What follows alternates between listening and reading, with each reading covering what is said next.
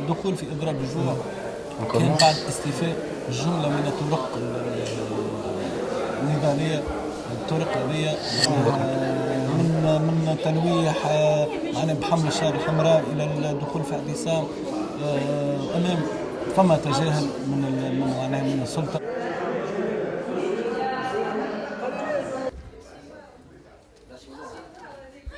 والله وكان لقينا تجاوب مع الحكومة راك ما لقيتناش في الوضعية هذه. اعتصامنا مفتوح منذ أكثر من 35 يوم وعندنا مجموعة في إضراب جوع مفتوح، ما لقيناش حتى تجاوب، بالعكس لقينا كان الصد، كان الاستنشاق. بالأمس وكان جيت وشفتوا يعني استعراض عضلات، يعني مهازل نعيشوا فيها بصفة يومية. معناتها تصرفات أغرب ما تكون وأبعد ما تكون على مدير مسؤول على مؤسسة إعلامية.